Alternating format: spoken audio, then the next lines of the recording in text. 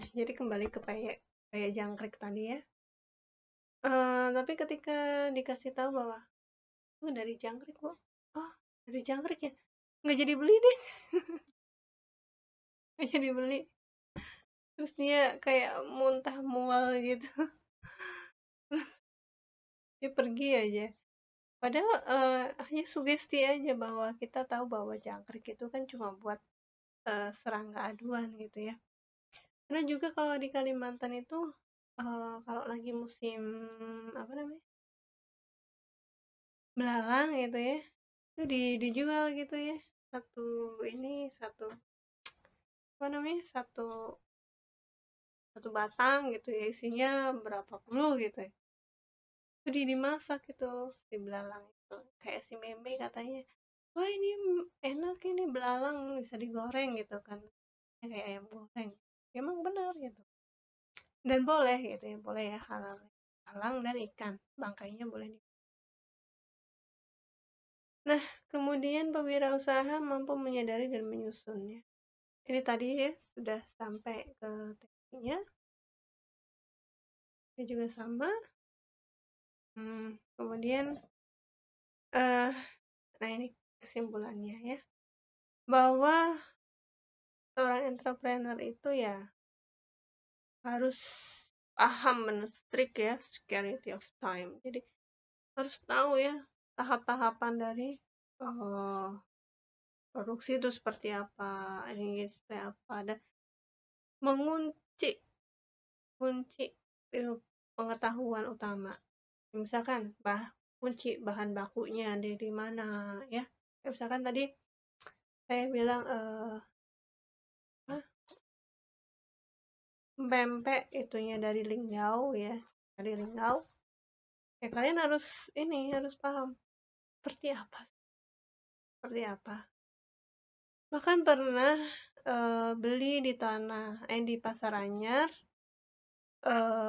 katanya sih dari linggau gitu kan. Cuman rasanya agak berbeda gitu.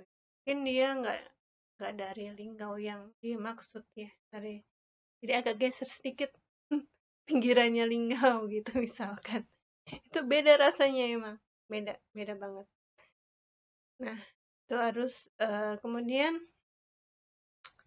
harus paham tentang perencanaan.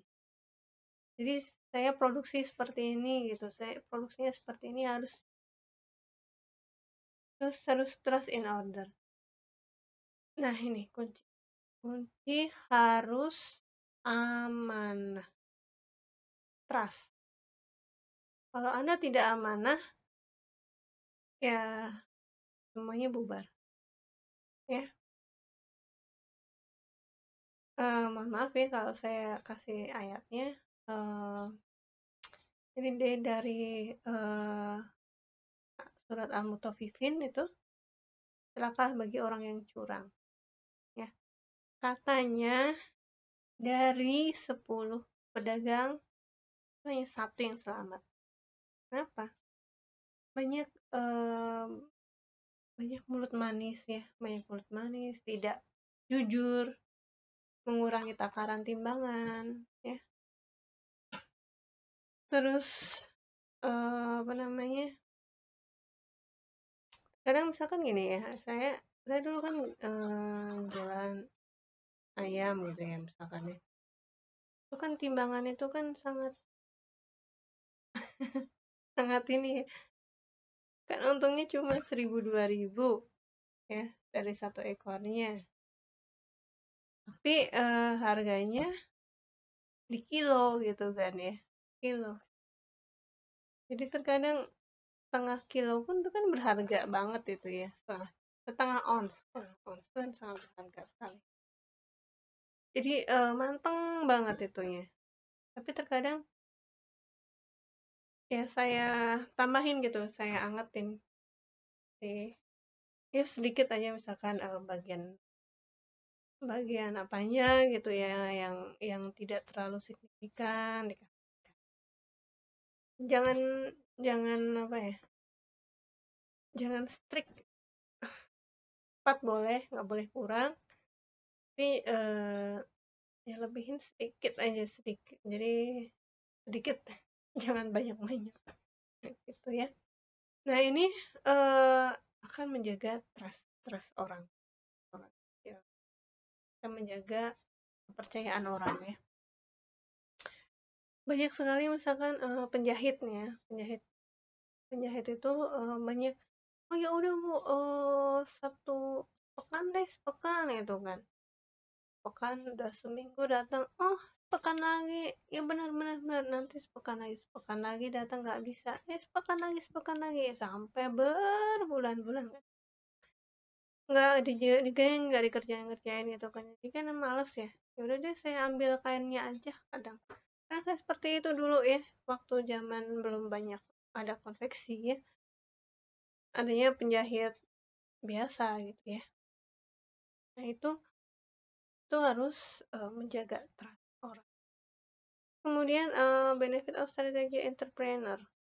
Jadi harus ini yang pertama itu financial performance ya, financial performance. Kita harus memisahkan antara kebutuhan pribadi dan kebutuhan usaha. Harus dipisah. Jadi karena saya pilihnya prinsip gaji. Prinsip gaji. Misalkan bulannya sekian. Ya udah, pakai rekening A sekian sekian. Kalau misalkan ada sisa, yaitu sisa untuk tabungan. Jangan mengganggu perusahaan. Karena kalau kita itu kadang misalkan suami istri dua-duanya boros, dua-duanya kalau ada uang langsung ke sini, langsung foya-foya gitu ya, jangan ya. Terkadang siklus itu subsidi silang. Jadi misalkan ada misalkan saya di ayam lah ya. Pekan pertama rugi, pekan kedua untung sekian, pekan kedua untung banyak, pekan ketiga BEP plus plus. Nah, ketika kita untung banyak jangan foya-foya. Jangan foya-foya. Karena bisa jadi kita beli bahan baku bulan depan itu harganya 2 kali lipat dari harga yang sekarang. Ya. Nah, kemudian efisien resource allocation. Nah, itu kita harus mengefisiensi banget ya alokasi dari kebutuhan. Misalkan kebutuhan, misalkan kita jualan, kayak ini jualan, nah ini jualan jahe, efisiensi banget. Misalkan kita jual kemasan ya, kemasan pouch.